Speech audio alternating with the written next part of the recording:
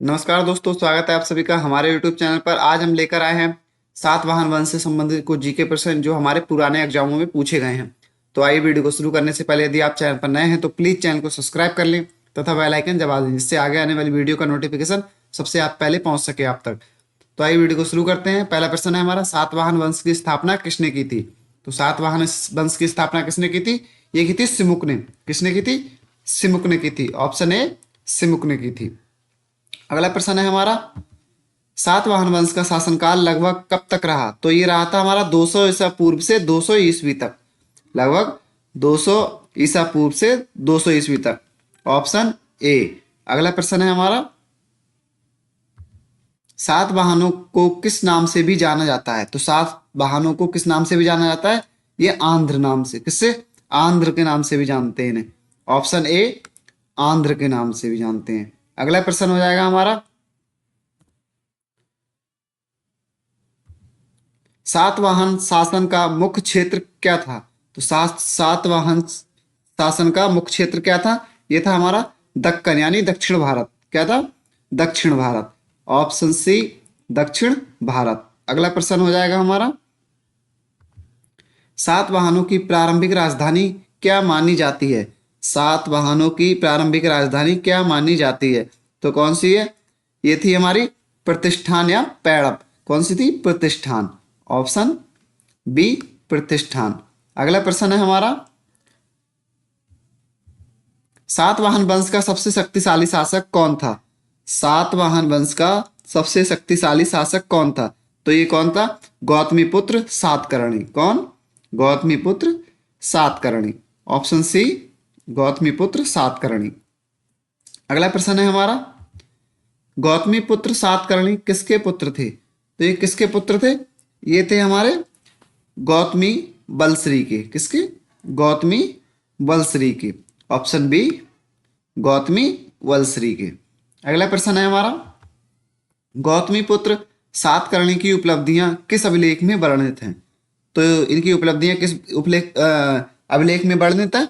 तो ये है हमारी नासिक प्रशस्ति में। किसमें?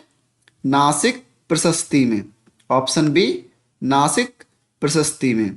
अगला प्रश्न है हमारा, गौतमीपुत्र सातकर्णी ने किन शासकों को पराजित किया था? गौतमीपुत्र सातकर्णी ने किन शासकों को पराजित किया था? तो किसके लिए किया था? ये शक वंश के। किसके? शक वंश के शासकों को। ऑप्शन बी, शक वंश के शासकों को। अगला प्रश्न है हमारा, एक ब्राह्मण की उपाधि किसे दी गई थी? एक ब्राह्मण की उपाधि किसे दी गई थी? तो किसे दी गई थी? ये गौतमीपुत्र सातकर्णी के लिए। किसके लिए? गौतमीपुत्र सातकर्णी। Option C, Gautamiputra Satakarni. अगला प्रश्न है हमारा, वशिष्ठी पुत्र पुलुमावी किसके उत्तराधिकारी थे? तो ये किसके उत्तराधिकारी थे? ये थे गौतमीपुत्र सातकर्णी के उत्तराधिकारी। किसके थे? गौतमीपुत्र सातकर्णी के उत्तराधिकारी। ऑप्शन सी सही हो जाएगा हमारा। अगला प्रश्न है हमारा, सातवाहन वंश का अंतिम शासक कौन माना जाता है? सातवाहन वंश का अंतिम शासक कौन माना जाता है? तो ये कौन माना जाता है? यज्ञश्री सातकर्णी। कौन? यज्ञश्री सातकर्णी। Option B, Yajnashri Satakarni. अगला प्रश्न है हमारा, सातवाहन शासन व्यवस्था कैसी थी? सातवाहन शासन व्यवस्था कैसी थी? तो ये कैसी थी हमारी? केंद्रीकृत राजतंत्र की। कैसी? केंद्रीकृत राजतंत्र की। ऑप्शन बी, वो सी, केंद्रीकृत राजतंत्र की। अगला प्रश्न है हमारा, सातवाहन प्रशासन में प्रांत को क्या कहा जाता था? सातवाहन वंश में प्रांत को क्या कहा जाता था? तो क्या कहा जाता था? ये कहा जाता था आहार। क्या? आहार कहा जाता था। ऑप्शन बी, आहार कहा जाता था। अगला प्रश्न है हमारा, सातवाहन काल ग्राम का प्रधान क्या कहलाता था? यानी सातवाहन काल में ग्राम का प्रधान क्या कहलाता था? ये क्या कहलाता था? ये कहलाता था भोजक। क्या? भोजक कहलाता था। क्या कहलाता था? भोजक कहलाता था। ऑप्शन बी, भोजक कहलाता था। अगला प्रश्न है हमारा, सातवाहन शासक किस उपाधि का प्रयोग करते थे? सातवाहन शासक किस उपाधि का प्रयोग करते थे? तो ये किसका करते थे? महाराजा धीराज की। किसकी उपाधि? महाराजा धीराज की। ऑप्शन बी, महाराजा धीराज की। अगला प्रश्न है हमारा, सातवाहन काल की अर्थव्यवस्था का आधार क्या था? तो सातवाहन शासनकाल की अर्थव्यवस्था का आधार क्या था? ये था हमारा कृषि। क्या था? कृषि था। ऑप्शन बी कृषि। अगला प्रश्न है हमारा, सातवाहन काल में प्रमुख समुद्री बंदरगाह कौन सा था? सातवाहन काल में प्रमुख समुद्री बंदरगाह कौन सा था? तो कौन सा था? ये था भृगु कच्छ या भरूच। भृगु कच्छ या भरूच। अगला प्रश्न है हमारा, सातवाहन काल में किस देश से व्यापार होता था? तो सातवाहन काल में किस देश से व्यापार होता था? तो किससे होता था ये? रोम से होता था। किससे? रोम से होता था। ऑप्शन बी रोम से होता था। अगला प्रश्न है हमारा, सातवाहन सिक्के सामान्यतः किस धातु के थे? तो सातवाहन सिक्के समानता किस धातु के थे? तो किस धातु के थे? ये थे शीशे के। किसके? शीशे के। ऑप्शन डी सीसा। अगला प्रश्न है हमारा, सातवाहन काल में प्रयुक्त मुद्रा क्या थी? सातवाहन काल में प्रयुक्त मुद्रा क्या थी? तो ये क्या थी? शीशे के सिक्के। क्या थी? शीशे के सिक्के थे।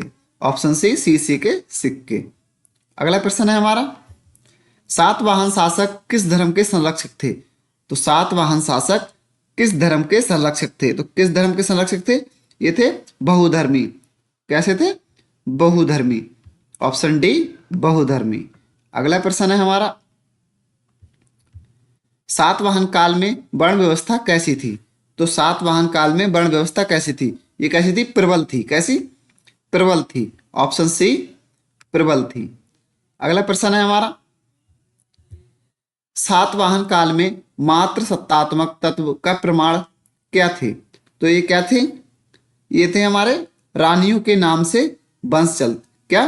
रानियों के नाम से वंश। ऑप्शन बी रानियों के नाम से वंश। अगला प्रश्न है हमारा, सातवाहन काल में दान की प्रमुख वस्तु क्या थी? सातवाहन काल में दान की प्रमुख वस्तु क्या थी? तो ये क्या थी? गुफाएं थी। क्या? गुफाएं। ऑप्शन सी गुफाएं थी। अगला प्रश्न है हमारा, सातवाहन काल की प्रसिद्ध कला शैली क्या थी? सातवाहन काल की प्रसिद्ध कला शैली क्या थी? तो ये क्या, कौन सी शैली थी? ये थी अमरावती। क्या थी? अमरावती। Option C Amaravati. अगला प्रश्न है हमारा, अमरावती स्तूप किस राज्य में स्थित है? अमरावती स्तूप किस राज्य में स्थित है? तो ये किस में स्थित है? ये आंध्र प्रदेश में। किसमें? आंध्र प्रदेश में। ऑप्शन सी आंध्र प्रदेश में। अगला प्रश्न है हमारा, सातवाहन काल की भाषा क्या थी? सातवाहन काल की भाषा क्या थी? तो ये क्या भाषा थी इसकी? ये थी प्राकृतक भाषा। कौन सी? प्राकृतक। ऑप्शन सी प्राकृतक भाषा। अगला प्रश्न है हमारा, सातवाहन काल की लिपि क्या थी? तो सातवाहन काल की लिपि क्या थी? ये थी ब्राह्मी लिपि। क्या थी? ब्राह्मी लिपि थी। ऑप्शन बी ब्राह्मी लिपि थी। अगला प्रश्न है हमारा, अजंता की प्रारंभिक गुफाएं किस काल से संबंधित है? अजंता की प्रारंभिक गुफाएं किस काल से संबंधित हैं? तो ये किससे संबंधित है? ये सातवाहन काल से ही संबंधित है। किससे? सातवाहन काल से। ऑप्शन सी सातवाहन काल से संबंधित है। अगला प्रश्न है, नासिक प्रशस्ति किससे संबंधित है? नासिक प्रशस्ति किससे संबंधित है? तो ये किससे संबंधित है? गौतमीपुत्र सातकर्णी से। किससे? गौतमीपुत्र सातकर्णी से संबंधित है। Option C Gautamiputra Satakarni. अगला प्रश्न है, सातवाहन काल का प्रमुख साहित्य क्या था? सातवाहन काल का प्रमुख साहित्य क्या था? तो ये क्या था? ये थी गाथा सप्तशती। क्या? गाथा सप्तशती। ऑप्शन बी गाथा सप्तशती। अगला प्रश्न है हमारा, गाथा सप्तशती के रचयिता कौन थे? गाथा सप्तशती के रचयिता कौन थे? तो ये कौन थे? हाल थे। कौन? हाल। ऑप्शन बी हाल। अगला प्रश्न है हमारा, सातवाहन काल में शिक्षा का प्रमुख माध्यम क्या था? सातवाहन काल में शिक्षा का प्रमुख माध्यम क्या था? तो ये क्या था? ये था गुरुकुल थे। क्या? गुरुकुल। ऑप्शन ए गुरुकुल। अगला प्रश्न है हमारा, सातवाहन वंश के पतन का प्रमुख कारण क्या था? सातवाहन वंश के पतन का प्रमुख कारण क्या था? तो ये क्या था? उपयुक्त सभी, यानी विदेशी आक्रमण भी, कमजोर उत्तराधिकारी भी और शक कुषाण का दबाव। तो क्या ऑप्शन, कौन सा ऑप्शन सही हो जाएगा हमारा? ऑप्शन डी, उपयुक्त सभी। अगला प्रश्न है हमारा, सातवाहन वंश के बाद दक्कन में कौन सा वंश उभरा, यानी कौन उभरा? तो ये कौन सा वंश उभरा था? ये उभरा था हमारा इक्ष्वाकु वंश। कौन सा? इक्ष्वाकु वंश। Option B, Ikshvaku. अगला प्रश्न है हमारा, सातवाहन शासकों की मातृ नाम परंपरा क्या थी? सातवाहन शासकों की मातृ नाम परंपरा क्या थी? तो ये क्या थी? ये थी हमारी सातवाहन। क्या?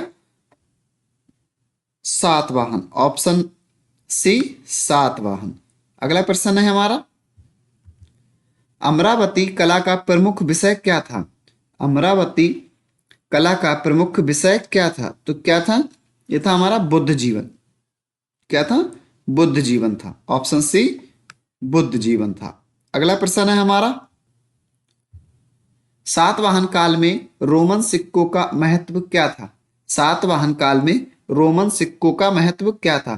तो ये क्या था? व्यापारिक। क्या महत्व था इसका?